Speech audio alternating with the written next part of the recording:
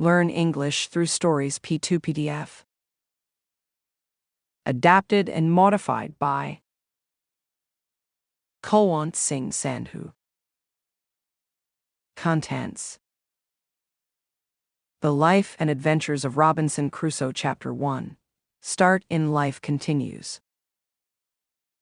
Chapter I. Start in Life Continues. These wise and sober thoughts continued all the while the storm lasted, and indeed some time after. But the next day the wind was abated, and the sea calmer, and I began to be a little inured to it. However, I was very grave for all that day, being also a little seasick still. But towards night the weather cleared up, the wind was quite over, and a charming fine evening followed. The sun went down perfectly clear, and rose so the next morning, and having little or no wind, and a smooth sea, the sun shining upon it, the sight was, as I thought, the most delightful that ever I saw. I had slept well in the night, and was now no more seasick, but very cheerful, looking with wonder upon the sea that was so rough and terrible the day before, and could be so calm and so pleasant in so little a time after. And now, lest my good resolutions should continue, my companion, who had enticed me away, comes to me. "Well, Bob," says he, clapping me upon the shoulder, "how do you do after it? I warrant you were frightened, weren't you, last night, when it blew but a capful of wind?" "A capful do you call it?" said I. "It was a terrible storm." "A storm, you fool you," replies he. "Do you call that a storm? Why, it was nothing at all. Give us but a good ship and sea room, and we think nothing of such a squall of wind as that. But you're but a freshwater sailor, Bob. Come, let us make a bowl of punch, and we'll forget all that. Do you see what charming weather it is now?" To make short this sad part of my story, we went the way of all sailors. The punch was made, and I was made half drunk with it, and in that one night's wickedness I drowned all my repentance, all my reflections upon my past conduct, all my resolutions for the future. In a word, as the sea was returned to its smoothness of surface and settled calmness by the abatement of that storm, so the hurry of my thoughts being over, my fears and apprehensions of being swallowed up by the sea being forgotten, and the current of my former desires return, I entirely forgot the vows and promises that I made in my distress. I found, indeed, some intervals of reflection, and the serious thoughts did, as it were, endeavor to return again sometimes, but I shook them off, and roused myself from them as it were from a distemper, and applying myself to drinking in company, soon mastered the return of those fits, for so I called them, and I had in 5 or 6 days got as complete a victory over conscience as any young fellow that resolved not to be troubled with it could desire. But I was to have another trial for it still, and Providence, as in such cases generally it does, resolved to leave me entirely without excuse, for if I would not take this for a deliverance, the next was to be such a one as the worst and most hardened wretch among us would confess both the danger and the mercy of. The 6th day of our being at sea we came into Yarmouth Roads. The wind having been contrary and the weather calm, we had made but little way since the storm. Here we were obliged to come to an anchor, and here we lay, the wind continuing contrary, viz. at southwest, for 7 or 8 days, during which time a great many ships from Newcastle came into the same roads, as the common harbor where the ships might wait for a wind for the river. We had not, however, rid here so long, but we should have tided it up the river, but that the wind blew too fresh, and after we had lain 4 or 5 days, blew very hard. However, the roads being reckoned as good as a harbor, the anchorage good, and our ground tackle very strong, our men were unconcerned, and not in the least apprehensive of danger, but spent the time in rest and mirth, after the manner of the sea. But the 8th day, in the morning, the wind increased, and we had all hands at work to strike our topmasts, and make everything snug and close, that the ship might ride as easy as possible. By noon the sea went very high indeed, and our ship rode forecastle in, ship several seas, and we thought once or twice our anchor had come home, upon which our master ordered out the sheet anchor, so that we rode with 2 anchors ahead, and the cables veered out to the bitter end. By this time it blew a terrible storm indeed, and now I began to see terror and amazement in the faces even of the seamen themselves. The master, though vigilant in the business of preserving the ship, yet as he went in and out of his cabin by me, I could hear him softly to himself say, several times, "Lord, be merciful to us. We shall be all lost. We shall be all undone," and the like. During these first hurries I was stupid, lying still in my cabin, which was in the steerage, and cannot describe my temper. I could ill resume the first penitence which I had so apparently trampled upon and hardened myself against. I thought the bitterness of death had been past, and that this would be nothing like the first, but when the master himself came by me, as I said just now, and said we should be all lost, I was dreadfully frightened. I got up out of my cabin and looked out, but such a dismal sight I never saw. The sea ran mountains high, and broke upon us every 3 or 4 minutes. When I could look about, I could see nothing but distress round us. 2 ships that rode near us, we found, had cut their masts by the board, being deep laden, and our men cried out that a ship, which rode about a mile ahead of us, was foundered. 2 more ships, being driven from their anchors, were run out of the roads to sea, at all adventures, and that with not a mast standing. The light ships fared the best, as not so much laboring in the sea, but 2 or 3 of them drove, and came close by us, running away with only their spritsail out before the wind. Towards evening the mate and boatswain begged the master of our ship to let them cut away the foremast, which he was very unwilling to do, but the boatswain protesting to him that if he did not the ship would founder, he consented, and when they had cut away the foremast, the mainmast stood so loose and shook the ship so much, they were obliged to cut that away also and make a clear deck. Any one may judge what a condition I must be in at all this, who was but a young sailor, and who had been in such a fright before at but a little. But if I can express at this distance the thoughts I had about me at that time, I was in tenfold more horror of mind upon account of my former convictions, and the having returned from them to the resolutions I had wickedly taken at first, than I was at death itself, and these, added to the terror of the storm, put me into such a condition that I can by no words describe it. But the worst was not come yet. The storm continued with such fury that the seamen themselves acknowledged they had never seen a worse. We had a good ship, but she was deep laden, and wallowed in the sea, so that the seamen every now and then cried out she would founder. It was my advantage in one respect that I did not know what they meant by founder till I inquired. However, the storm was so violent that I saw, what is not often seen, the master, the boatswain, and some others more sensible than the rest, at their prayers and expecting every moment when the ship would go to the bottom. In the middle of the night, and under all the rest of our distresses, one of the men that had been down to see cried out we had sprung a leak. Another said there was 4 feet water in the hold. Then all hands were called to the pump.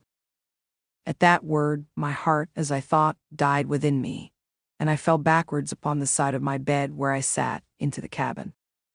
However, the men roused me, and told me that I, that was able to do nothing before, was as well able to pump as another, at which I stirred up and went to the pump, and worked very heartily. While this was doing, the master, seeing some light colliers, who, not able to ride out the storm, were obliged to slip and run away to sea, and would come near us, ordered to fire a gun as a signal of distress. I, who knew nothing what they meant, thought the ship had broken or some dreadful thing happened. In a word, I was so surprised that I fell down in a swoon. As this was a time when everybody had his own life to think of, Nobody minded me, or what was become of me. But another man stepped up to the pump, and thrusting me aside with his foot, let me lie, thinking I had been dead, and it was a great while before I came to myself. We worked on, but the water increasing in the hold, it was apparent that the ship would founder, and though the storm began to abate a little, yet it was not possible she could swim till we might run into any port. So the master continued firing guns for help, and a light ship, who had rid it out just ahead of us, ventured a boat out to help us. It was with the utmost hazard the boat came near us, but it was impossible for us to get on board, or for the boat to lie near the ship's side, till at last the men rowing very heartily, and venturing their lives to save ours, our men cast them a rope over the stern with a buoy to it, and then veered it out a great length, which they, after much labor and hazard, took a hold of, and we hauled them close under our stern, and got all into their boat. It was to no purpose for them or us, after we were in the boat, to think of reaching their own ship, so all agreed to let her drive, and only to pull her in towards shore as much as we could. And our master promised them that if the boat was to reach on shore, he would make it good to their master. So partly rowing and partly driving, our boat went away to the northward, sloping towards the shore almost as far as Winterfennes. We were not much more than a quarter of an hour out of our ship till we saw her sink, and then I understood for the first time what was meant by a ship foundering in the sea. I must acknowledge I had hardly eyes to look up when the seamen told me she was sinking, for from the moment that they rather put me into the boat than that I might be said to go in, my heart was, as it were, dead within me, partly with fright, partly with horror of mind, and the thoughts of what was yet before me.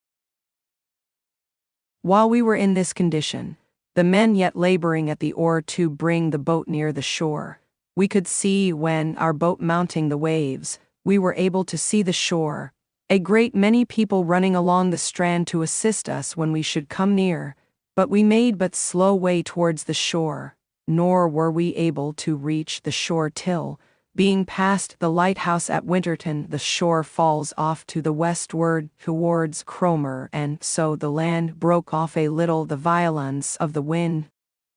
Here we got in, and though not without much difficulty, got all safe on shore, and walked afterwards on foot to Yarmouth, where, as unfortunate men, we were used with great humanity, as well by the magistrates of the town, who assigned us good quarters, as by particular merchants and owners of ships, and had money given us sufficient to carry us either to London or back to Hull as we thought fit.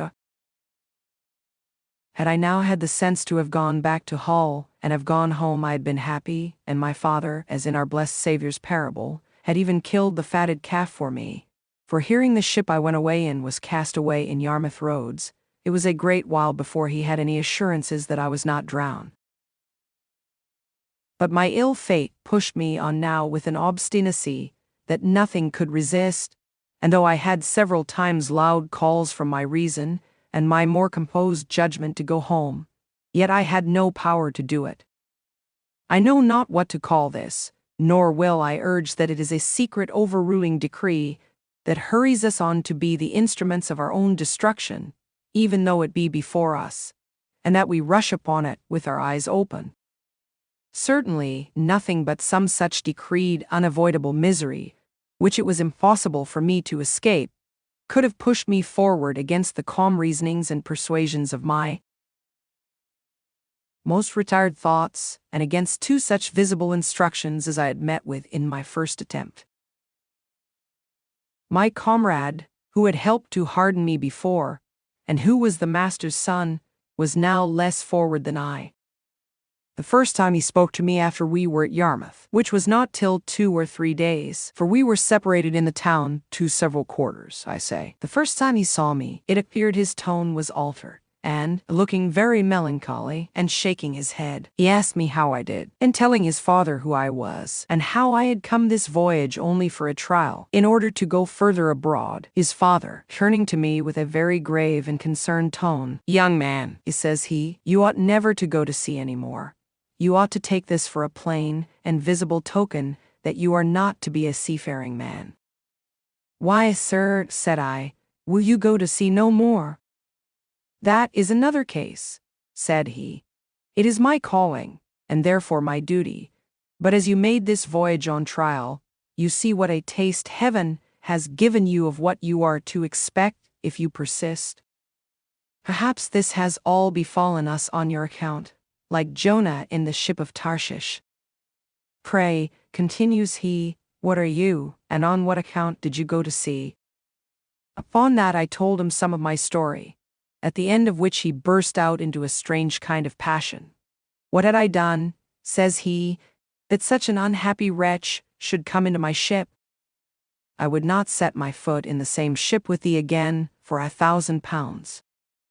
This indeed was, as I said, an excursion of his spirits, which were yet agitated by the sense of his loss, and was farther than he could have authority to go.